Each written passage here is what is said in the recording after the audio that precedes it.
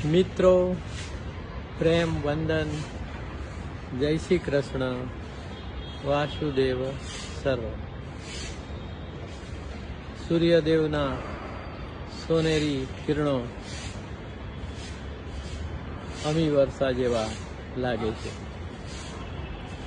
સૂર્યદેવનું સ્મરણ કરી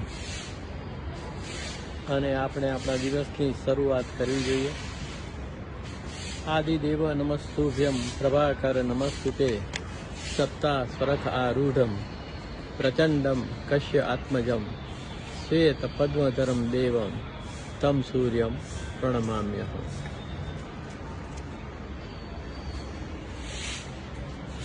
એક નાનકડી આધ્યાત્મિક રચના રજૂ કરું છું કે હું ને હરી હવે એકમેકમાં. હું ને હરી હવે એકમેકમાં, જે એકમેકમાં એ પ્રત્યેકમાં. હું ને હરી હવે એકમેકમાં, જે એકમેકમાં એ પ્રત્યેકમાં. આપણે આપણા હુંને છોડી શકતા નથી. એ આપણી સૌથી મોટી મહા મુશ્કેલી છે. અને બીજી ભ્રમણા એ છે કે આપણે બધું હું કરું છું, હું કરું એ જ અજ્ઞાનતા, સકટનો ભાર જેમ સ્વાનતા. તો આ આપણો હું છે. આપણે જે અનેક હુંઓના સમૂહ છીએ, દરેક લાગણી, દરેક માન્યતા, દરેક વિચાર તે અલગ અલગ હું રૂપે પોતાની જાતને દિનેશ રામજી ગોહેલ તરીકે રજૂ કરે છે. એ ખરા હું નથી. આપણી અંદર એક આત્મીય હું છે, એક ખરેખરો હું છે, જે સકળને જોનાર અને જાણનાર છે. એને જાણવો એ આપણા જીવનનું મુખ્ય કાર્ય હોવું જોઈએ. તો હું ને હરી હવે એકમેકમાં, અને જે એકમેકમાં એ પ્રત્યેકમાં. હરી તો પ્રત્યેકના હૃદયમાં બેઠા જ છે. અહમ આત્મા ગુડાકેશ સર્વભૂતાશય સ્થિત અહમ આદિશ્ચ મધ્યમ ચ ભૂતાનામંત એવ જ. એવું કૃષ્ણ ભગવાન ગીતામાં કહે છે કે હું દરેક ભૂતોના હૃદયમાં બેઠો છું અને બધાનો આદિ, મધ્ય અને અંત છું. તો બીજી પંક્તિમાં છે કે લહેરમાં હવે લહેરે સાગરમાં. લહેર હવે લહેરે સાગરમાં. તો દરિયામાંથી જે લહેર ઉઠે છે, આપણે પણ એક એવી કોસ્મિક લહેરમાંથી ઉત્પન્ન થયા છીએ. પરંતુ આપણે જે મહાસમંદર છે, પરમ કૃપાળુ પરમાત્મા છે, એને ભૂલી ગયા છીએ. અને આપણે એ લહેરમાં લહેર કરવા માંડ્યા છીએ. તો લહેરે હવે લહેરે સાગરમાં. તો આપણે જે સાગરમાંથી ઉત્પન્ન થયા છીએ, જે ઈશ્વરત્વમાંથી ઉત્પન્ન થયા છીએ, એને આપણે ભૂલવું જોઈએ નહીં. તો લહેરે હવે લહેરે સાગરમાં, કે સમજે પૂર્ણ સદવિવેકમાં.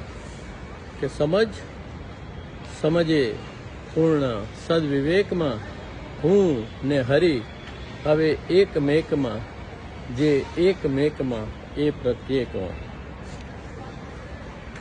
બીજો એક અગત્યની વાત છે, એ આપણે નામ, રૂપ, રંગ ની ભ્રમણા છે. આપણે નામ, રૂપ, રંગથી આપણી જાતને અન્યથી અલગ માનીએ છીએ. આપણે અન્યથી અલગ જરૂર છીએ, પણ જે અન્ય છે એ પણ બધા આત્મા જ છે. અને એ બધા આત્મામાં પણ કૃષ્ણ ભગવાન રહેલો છે. ઈશ્વર સર્વભૂતાનામ હૃદેશ અર્જુન તિષ્ઠતિ ભ્રામયન સર્વભૂતાની યંત્રારૂઢાની માયયા. તો નામ રૂપ રંગ થાય જૂજવા. તો આ કરવાનું છે. જગતમાં લાખો દિનેશ છે, પણ એક ટોળામાં કોઈ કે એ દિનેશભાઈ તો તરત જ આપણું ધ્યાન જાય છે. એટલે આપણે આપણી જાતને નામ રૂપ રંગથી એવું માનીએ છીએ કે હું એક છું. કે નામ રૂપ રંગ થાય જુજવા, લબડપે લાગે બધું એકમેકમાં. લબડપ જેટલા દિનેશભાઈ છે એ બધાની સરખી જ છે. લબડપ એટલે હૃદય આપણું જે ધબકે છે અને જે પ્રકારનો અવાજ કરે છે એને લબડપ કહેવામાં આવે છે. લબડપ લબડપ લબડપ. પ્રથમ અને બીજો હાર્ટ સાઉન્ડ, ડૉક્ટરની ભાષામાં કહીએ તો first heart sound and second heart sound is pronunciated as lub dub lub dub લબડપ.